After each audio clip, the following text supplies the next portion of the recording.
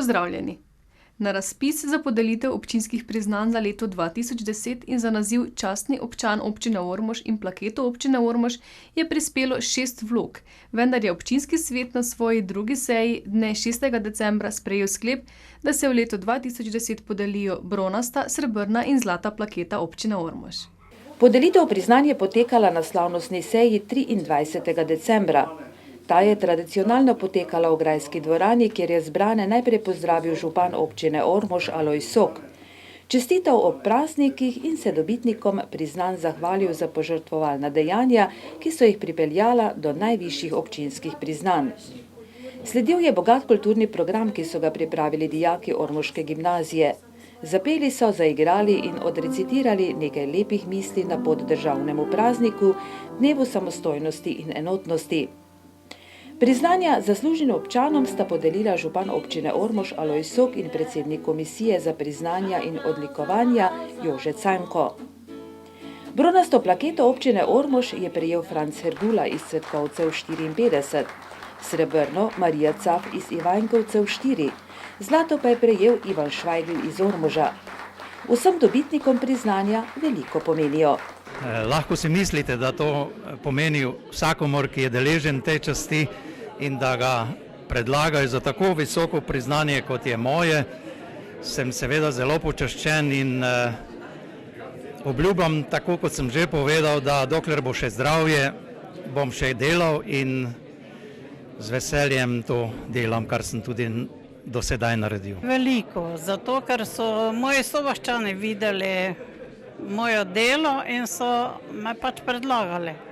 Jaz do zadnjega nisem vedela, da so me predlagali in mogoče bi se kdo tudi boljše zaslužil od mene. To občinsko priznanje, to se pravi bronasta plaketa, mi zelo veliko pomeni, kajti šele sedaj se zavedam, kaj sem uspel vse v svojem življenju narediti, sicer v 58 letih, ker sem zdaj 59 letu starosti. Bilo je zelo pestro, nikoli ni, kako ste povedali prej v obrazložitvi, ni bi bilo težko, ali je to bilo po noči, po dnevi, ali je bil praznik, to ni bilo nikoli vprašanje. Franc Hergula iz Cvetkovcev je bronasto plaketo prejel za vseživljenjsko razdajanje za dobrobit domače krajevne skupnosti in aktivnosti na vseh področjih družabnega življenja. Od vseh svojih aktivnosti pa Franc Hergula izpostavlja. Zelo sem ponosen na delo, ki smo ga opravili v gasilskem društvu, ker v gasilskem društvu sem zdaj že polnih 39 let tudi tajnik, tako da in pa, ko smo gradili dom, je seveda vso breme je bilo na mojih ramenih, tako da vse organizacije in to predsednik je samo naročil, to pa tudi danes treba, da je delo teklo in danes so seveda rezultati vidni. Marija Caf iz Ivanjkovcev pa je srebrno plaketo občine Ormož za leto 2010 prejela za mnoge človekoljubne dejavnosti, ki jih je izvajala v času svoje aktivne delovne dobe in jih še vedno izvaja. Še vedno je namreč glavna organizatorka dobrodelnih koncertov, kjer se zbirajo sredstva za socialno ogrožene otroke. Najraje je pač v meni je vedno bil socialni čut do sočloveka in najraje sem imela delo z otroki, pa za otroke, delo z ljudmi, ki so na obrobju, bi rekli. Vse tistim, ki so bogati, pa se šopirje ni treba pomagati. Pomagati moraš vedno tistemu, ki je pač pomoči potreben. Zdaj, ali po zaslugi države, ali pa dan današnji, ko je toliko brezposelnosti, ali pa včasih pa si je tudi, ker je samo kriv. Ampak je človek in moraš mu pomagati. Ali pri Rdečem križu, tudi pri Karitasu, zbiramo določena sredstva, otroke, zdaj smo imeli koncert, da smo jim lahko malo polepšali darila, ko je pač kriza. Zlato plaketo občine Ormož za leto 2010 pa so letos namenili Ivanu Švajglu iz Ormoža, ki je med mnogimi drugimi zaslugami na področju radioamaterstva, glasbe in fotografije najbolj zaslužen za to, da je pred 41 leti v Ormožu začela delovati lokalna radijska postaja. Začetki so bili kar težki, pravi. Ja, to so bili čisto drugačni časi. Bilo je težko, vendar mi ni žal, da sem to naredil, ta korak, in da danes radio po 41 letih še vedno deluje, pa znotraj tega radia tudi sam še kaj prispevam. To mi je veliko veselje.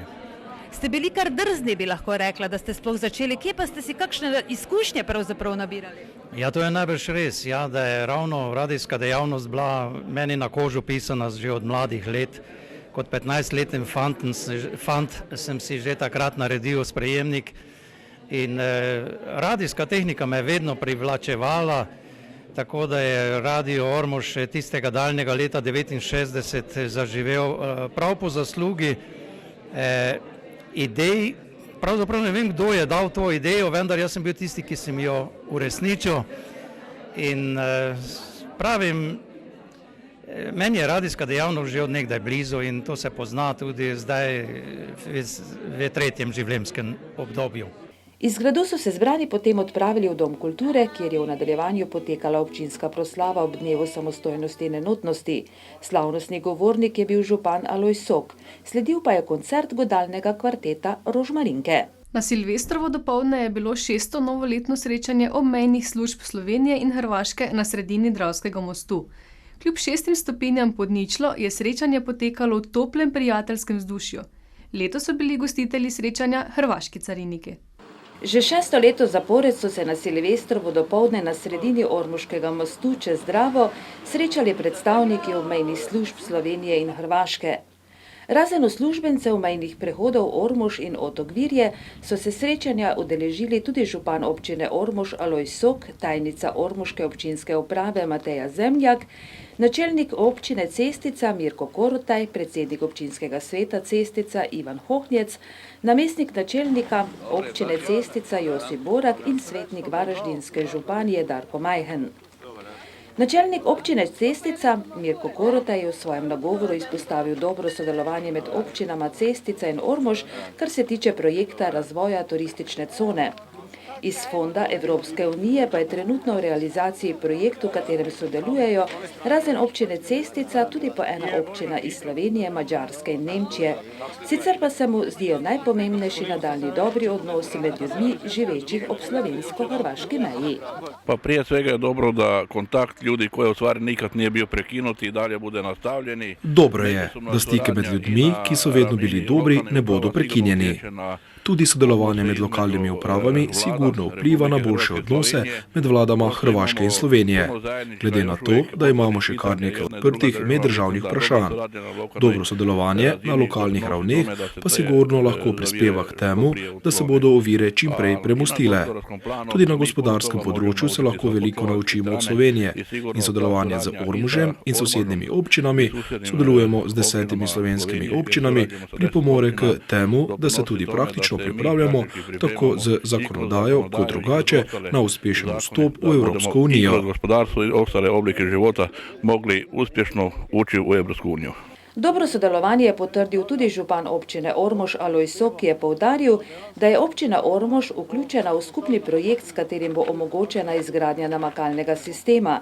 Na slovenski strani 250 hektarjev, na hrvaškem pa čez 2000 hektarjev.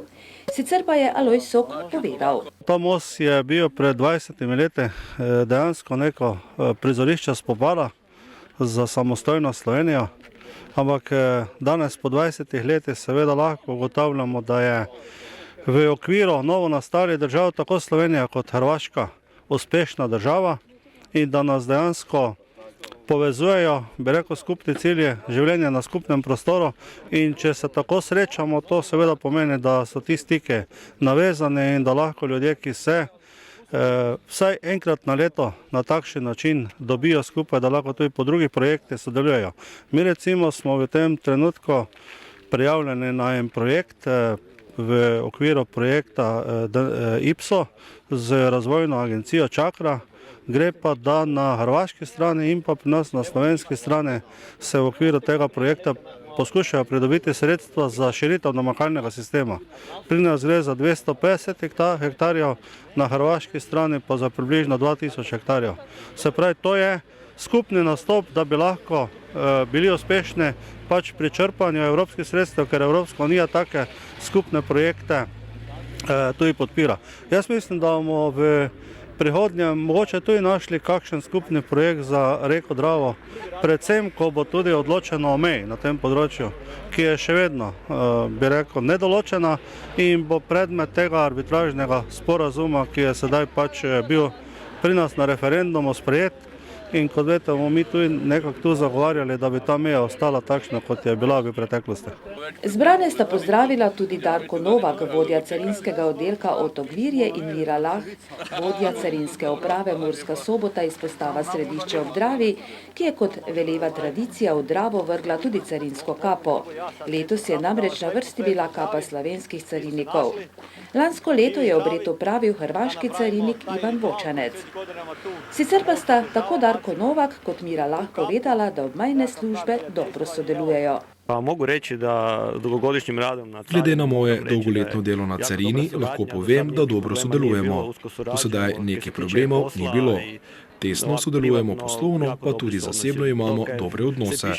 To, kar pišejo časopisi, kakšni so odnosi na drugih nivojih, to na nas ne vpliva. Mi delamo profesionalno in najboljše. Mi moramo reči, da kot carina z Carinsko upravo Republike Hrvatske odlično sodelujemo. Nobenih problemov nimamo. Vse sodelovanje, ki je vedno izredno na profesionalnem in visokem nivoju, tako da prav nobenih problemov nimamo. Na srečanju so bili tudi predstavniki obmejne policije med slovenskimi, Alojz Foršnarič in Vladimir Mavrek kot predstavnik hrvaške obmejne policije, ki je pojasnil, da ta meddržavni mejni prehod razen prebivalcev sosednjih držav lahko uporabljajo tudi prebivalci vseh držav Evropske unije in Švice. V nedeljo pred pozno mašo so na vrata ormoške cerkve prišli koledniki iz Male vasi. V cerkvi pa zapeli za dobro letino, zdravja in sreča. Člani kulturnega društva Odpev Mala vas v občini Gorišnica oziroma člani sekcije ljudskih pevcev Pevci vasi že več kot 15 let v času svetih treh kraljev na vasi opravljajo tudi koledniško dolžnost. Ja, to je res. Koledništvo je ena posebna stvar, bi rekel, pravzaprav je to nekaj ohranja ljudske izročilo. Ta pesem, ki jo mi prepevamo, je že dejansko izvirna preko 100 let. Med nami so tudi takšni kot jaz, tudi ki prepevamo to že 50 let. In pa seveda mi želimo ohranjati to ljudsko izročilo tudi našim zanamcem, našim mladini in pa seveda tudi vernikom kot takšni, da vemo, kdaj so ti naši trije kralji. Koledniki so namreč nekoč v kmečkem okolju imeli poseben pomen za ljudi, saj k hiši prinašajo blagoslov za letino, zdravje in srečo ljudem in živini.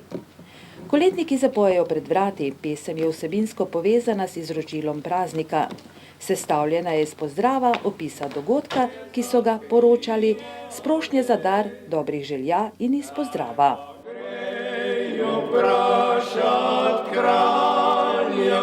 Če bi njemu znano bilo, kje je neki ta dežela, kjer je Jezus rojen bil.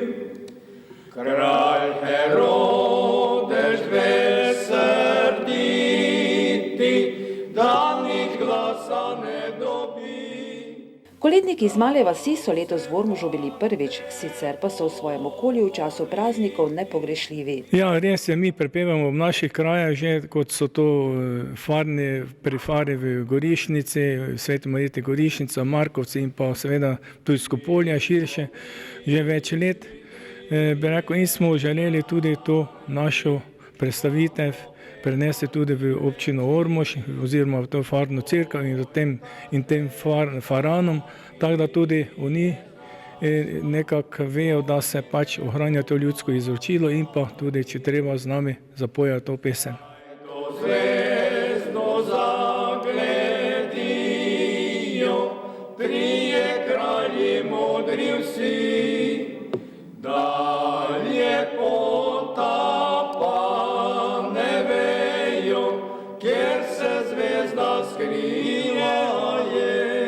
Sveti trije kralji je krščanski praznik, ki ga praznujemo 6. januarja. Praznik najbolj poznamo po zgodbi iz krščanstva, ko so se prišli trije kralji pokloniti novorojenemu Jezusu in prinesli vsak po eno darilo. Ker naj bi sveti trije kralji tudi razglasili novico o Jezusovem rojstvu, se ta praznik v cerkvi uradno imenuje Gospodovo razglašenje in je tako eden izmed praznikov iz božičnega sklopa, ki so mu kristjani vedno dajali velik pomen, sploh pa v spomin nanj ohranili kar nekaj ljudskih običajev. Dal se fante pomoliti, ki so stari leto dni. Mati ga klečeče prosi, še enkaj mu življenje ti.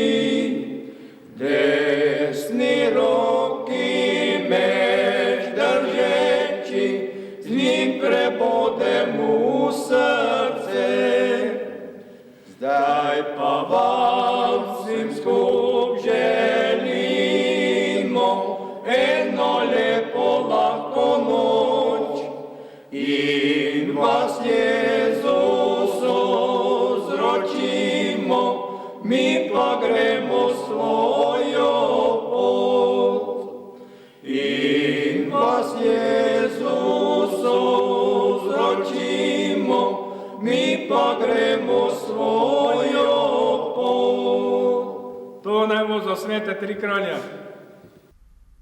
V času božično-novoletnih praznikov je bilo povsod okrog veliko priložnostnih koncertov, tudi v ormoški psihiatrični bolnišnici. V ormoški psihiatrični bolnišnici se vedno kaj dogaja.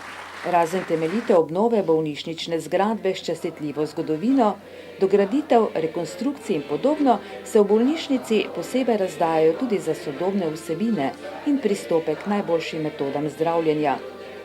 Veliko pozornosti namenjajo tudi sproščujočim aktivnostim bolnikov. Med rezultati tega pa je znova bil koncert, ki so ga bolniki pripravili zase, za osebje in svojce. Božično-novoletni koncert je pravzaprav letos bil že drugi oziroma tretji zapovrstjo. Časoprimerno so izvajalci pripravili tudi program koncerta, saj je predstavljal preplet mnogih prelepih priložnostnih pesmi. V vsakem primeru pa so nastopajoči znova dokazali, da vsi skupaj premorejo veliko glasbenega talenta.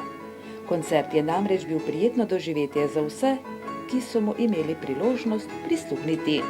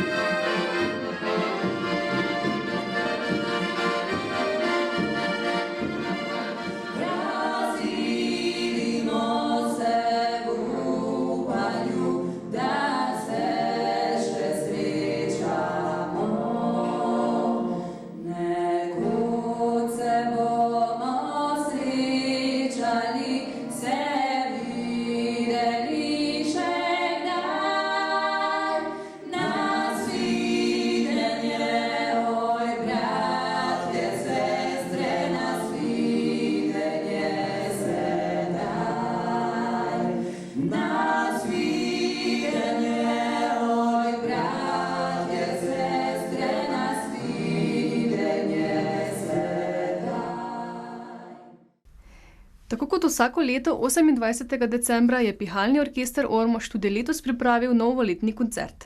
Tudi letos je koncert v športno dvorano na Hardeku tradicionalno zvabil množico obiskovalcev. Ormoški pihalni orkester nas je letos na pot novemu letu popeljal s Avsenikovo glasbo.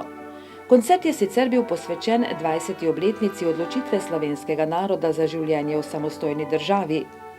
Glede na to, da se je orkester v zadnjih 3 desetletjih predstavljal z najrazličnejšo glasbo, od klasične, zabavne, filmske do božične, se prav ob obletnici samostojne Slovenije Avsenikova glasba zdela najprimernejša. Tako je orkester navdušil tudi na minulem koncertu. Že v prvem delu koncerta, ki je izvedbeno bil nekoliko težji in resnejši, so obiskovalci bili navdušeni. Že uvodoma so ob glasbi zapeli tudi člani pevskega zbora Kapljica, ki deluje pod vodstvom Darje Žganec-Horvat. V skladbi Pastirček v nadaljevanju pa se je kot solist na klarineto predstavil Niko Gaberc. Popolnoma pa so ormoški godbeniki publiko navdušili v drugem delu koncerta, kjer so nastopili tudi pevci ansambla Zupan, Sonja Zupan, Doris Lukman in Miran Mrzdovnik. Ves čas koncerta so predvajali tudi fotografije Cirila Ambroža, ki so vsemu slišanemu dodale le še piko na i. In so bile prava paša za oči. Na koncertu pa so se seveda predstavile tudi mlade mažoretke, ki jih vodi Sara Klemenčič. Na tradicionalnem novoletnem koncertu ormoškega pihalnega koncerta je zbrane pozdravil tudi župan Alojz Sok, ki se je glasbenikom zahvalil za izjemen večer, pa tudi zato, da poskrbijo, da ima mesto Ormož pihalni orkester. Občina se jim bo za vložen trud zahvalila z novo glasbeno šolo, kjer bo tudi prostor za pihalni orkester. Sicer pa je nad izpeljanim koncertom bil navdušen tudi Slavko Petek, saj je 50-članski orkester za koncert trdo vadil. Polna dvorana in navdušeni obiskovalci koncerta pa so jim zagotovo spodbuda za pripravo naslednjih koncertov.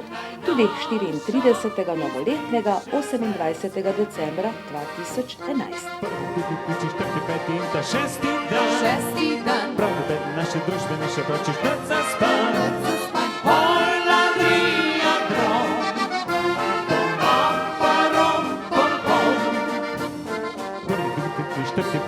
Šesti dan, pravno da naše družbe še pa čez noč zaspan. Oj, Ladrija, drom, parom, mi ga spričingamo, domov še ne gremo.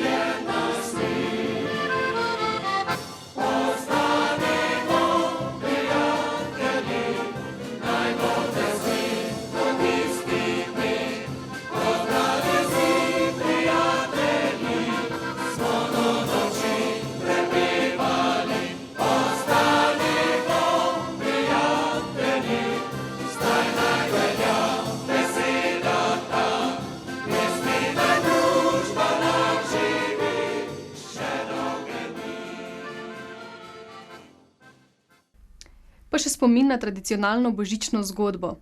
Kolpingova družina župnije Velika nedelja je v času božično-novoletnih praznikov pripravila žive jaslice.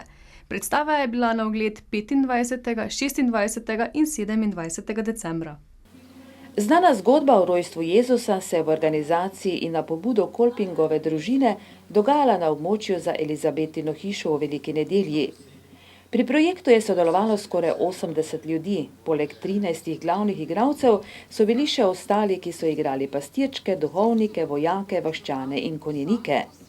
pa seveda številni, ki so poskrbeli za tehnično podporo predstave. Režiser predstave je bil Tonček Žumbar, ki je poskrbel tudi za besedila, ki pa jih je recenziral pater Janko Štampar, sicer velikonedeljski župnik. Kolpingova družina je v župniji Velika nedelja bila ustanovljena leta 2003 v okviru velikonedeljske Karitas. Skupino vodi Stanka Špindler, ki je bila tudi glavna koordinatorka živih jaslic. Tudi delovanje Kolpingove družine v okviru velikonedeljske župnije je usmerjeno po skupnih načelih, usmerjenih v karitativne, socialne, humanitarne, izobraževalne, družabne in druge aktivnosti, ter vključevanje v Kolpingove in druge organizacije na višjih nivojih. Predstava Božična zgodba oziroma Žive jaslice pa so ena od večjih projektov članov Kolpingove družine pri Veliki nedelji. Ta še kako popestri božične dni v kraju, predstavo si namreč pridejo ogledati številni od blizu in daleč.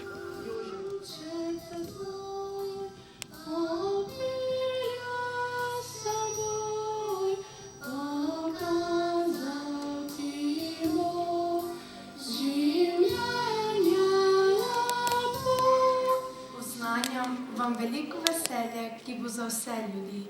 Danes se je v Davidovem mestu rodil odrešenik, ki je... Pagiš v sebi, kdo si ti? Jaz sem Marija. Nocoj sem rodila sina, ki bo nekoč vaš odrešenik. Sklical je vse velike duhovnike in pismovke ljudstva.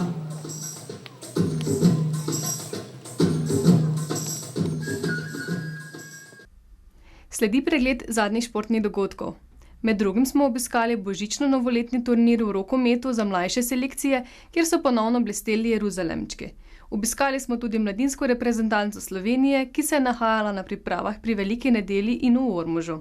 Športni del oddaje pa bomo zaključili s posnetki najlepših športnih dogodkov v letu 2010. Pozdravljeni v prvem športnem pregledu Utripa v letu 2011. Počitnice rokometašev Jeruzalema so trajale kratek čas, in sicer le dobra 2 tedna, saj so zadnjo prvenstveno tekmo Vinarji proti Slovanu odigrali 22. decembra minulega leta. Ormožani so prvi del sezone ob tekmi manj z Gorenjem končali na 9. mestu z 12 osvojenimi točkami. Prednost pred Slovenj Gradcem, kateri je na mestu, ki vodi v prvo B ligo, znaša 6 točk. Zaostanek za 6. mesto, ki še vodi v ligo za prvaka, pa znaša 3 točke. Mesto, ki vodi v ligo za prvaka, zaenkrat zasedajo Mariborčani, ki so zbrali 15 točk, oziroma 3 točke več od Jeruzalema. Skratka, do konca rednega dela prvenstva so za Vinarje odprte še vse opcije. Poglejmo razpored varovancev trenerja Aleša Filipčiča do konca rednega dela prvenstva. Najprej je 2. februarja v Ormožu na sporedu zaostala tekma 10. kroga proti Gorenju. V 17. krogu sledi gostovanje v Kopru, nato pa 3 zaporedne tekme, ki bodo odločale o usodi Jeruzalema. Domača tekma proti Krki, gostovanje v Šmartnem in v 20. krogu še domače srečanje proti Mariboru. Za zaključek rednega dela prvenstva sledi še gostovanje pri Velenjskih Osah in v 22. krogu prihod Trima na Hardek. O pogledu na razpored bi Jeruzalemčki lahko osvojili 8 točk, morali pa vsaj 6 točk. V prvi verziji bi Jeruzalem imel možnosti za 6. mesto. Ob izkupičku 6 točk pa bi bile možnosti minimalne. Glede na razpored sta pred Jeruzalemčki v prednosti ekipi Maribora ter Krke. Zato bo potrebno tekme proti neposrednim tekmecem dobivati tudi z zaželeno gol razliko. S pripravami na drugi del sezone so varovanci trenerja Aleša Filipčiča pričeli v torek, in sicer med prvimi v prvi slovenski rokometni ligi. Razlog je enostaven, saj je 2. februarja na sporedu še zaostala tekma proti vodilnim Osam iz Velenja. Glede na finančno stanje bodo ormoški rokometaši priprave oddelali kot ponavadi v domačem okolju, ki praktično tudi ponuja vse, kar ekipa potrebuje. Prvo pripravljalno tekmo so fantje že odigrali v sredo proti mladinski reprezentanci Slovenije, ki se v Veliki nedelji ter v Ormožu pripravlja na kvalifikacije za uvrstitev na svetovno prvenstvo. Drugo pripravljalno tekmo bodo Ormožani odigrali v petek 7. januarja ob 18. uri na Hardeku proti avstrijskemu prvoligašu Grazu, kjer nastopa bivši rokometaš Jeruzalema Gregor Grizold. V sredo 12. januarja sledi preizkušnja proti drugoligašu iz Gorišnice. Po prvem treningu bo tudi več jasnega glede igralskega kadra, ki bo to sezono končal v dresu Vinarjev. O tem bomo poročali v naslednjem utripu Ormoža. Ostajamo pri rokometu. Ob zaključku leta 2010 smo se z našo kamero mudili v Varaždinu na turnirju za mlajše kategorije, kjer je potekal božično-novoletni turnir za letnike 1998 in letnike 2000. Jeruzalemčki so na turnirju nastopili s 3 ekipami. V kategoriji letnikov 1998 sta nastopali 2 ekipi. Prvo ekipo so sestavljali letniki 1998, sicer slovenski državni prvaki. V drugi ekipi so zaigrali letniki 1999. Starejša zasedba je osvojila turnir v Varaždinu, mlajša zasedba pa je med 12 ekipami turnir končala na 5. mestu. Ormožan Tilen Kosi je postal najboljši strelec turnirja v kategoriji letnikov 1998. Tretja ekipa Jeruzalema je sodelovala na turnirju pri letnikih 2000. Posnetki v ozadju so prav iz turnirja najmlajše ormoške zasedbe.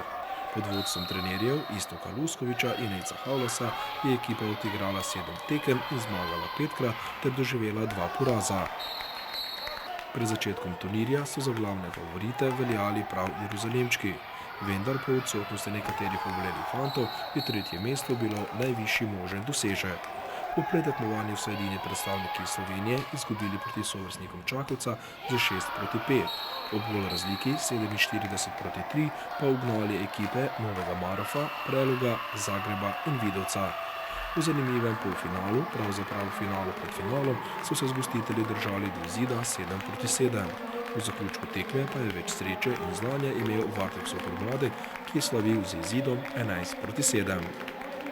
V malem finalu so Ormožani pometli z Ivancom in dobili tekmo z izidom 10-2 ter osvojili bronaste kolajne. V velikem finalu so slavili gostitelji iz Varaždina, ki so brez večjih težav ugnali sovrstnike iz Čakovca. Poleg medalj in lepega pokala je med posamezniki Ormožan Aljoša Munda postal najboljši strelec turnirja. Za letnike 2000 so nastopili Šan Firšeruga, Maj Voršič, Tobi Torič, Gašper Hebar, Aljoša Munda, Teo Šulek, Primož Ozmec, Matej Vrankovečki in trenerja Iztok Luskovič ter Nec Havlas. V sredo zjutraj so se mladi rokometaši Jeruzalema s 3 ekipami podali v Prešov na Slovaškem, kjer se bodo mudili do sobote popoldan, ko so na sporedu zaključni boji. Na turnirju sodeluje 100 ekip iz 13 držav. Barve Slovenije bosta pri dekletih zastopali ekipe Ptuja in Rač, pri fantih pa ekipe Celja, Cimosa, Velike Nedelje in Jeruzalema. Ormožane, ki bodo nastopili v konkurencah letnikov 1997, 1998 in 1999, bo zastopalo 42 igralcev in 6 trenerjev. Cilji ekip iz Ormoža, ki spadajo v vrh slovenskega rokometa pri mlajših selekcijah, so uvrstitve med 4 najboljše ekipe na turnirju. Za konec rokometnega bloka se selimo k mladinski reprezentanci Slovenije, ki se je pri Veliki nedelji in v Ormožu v minulih dneh pripravljala na januarske kvalifikacije za uvrstitev na svetovno prvenstvo. Na kvalifikacijah na Češkem se bodo samo za eno vstopnico potegovale reprezentance Velike Britanije, Norveške, Češke in Slovenije. Med pripravami je četa selektorja Slavka Ivaziča pri Veliki nedelji odigrala 2 pripravljalni tekmi proti Madžarom in obe dobila. Naši vzhodni sosedi so bili nedorasli nasprotnik, kar je slovenska izbrana vrsta izkoristila za zmagi 34-25 in 27-21. Najboljši strelec Slovenije je na obeh tekmah bil Celjan Gašper Marguč, ki je na prvi tekmi dosegel 7, na drugi pa 8 zadetkov. Marguč je na minulem evropskem prvenstvu na Slovaškem bil izbran v najboljšo sedmirko kot najboljše desno krilo. Ob tem je mladi Celjan tudi bil najboljši strelec evropskega prvenstva. Naj vas spomnimo, da je Slovenija na evropskem prvenstvu meseca avgusta 2010 na Slovaškem osvojila bronasto kolajno, potem ko je v polfinalu po podaljških izgubila proti Portugalski in nato v malem finalu ugnala Nemčijo ter osvojila bron.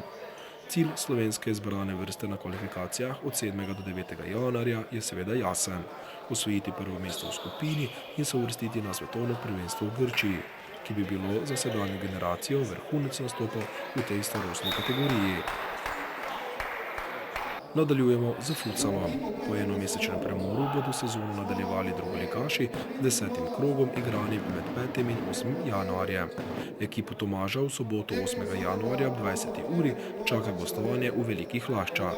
Po 9 odigranih krogih so petelini trenutno prijeli 2 točka, kar jih uvršča na zadnje 11. mesto. V nadaljevanje sezone bo Tomaž krenil nekoliko okrepljen, kar je priložnost za boljšo zbirko točk in za dvig po lestvici navzgor. V 11. krogu 14. januarja kot Tomažu na Hradek v gosteh prihaja ajdovski Kiks.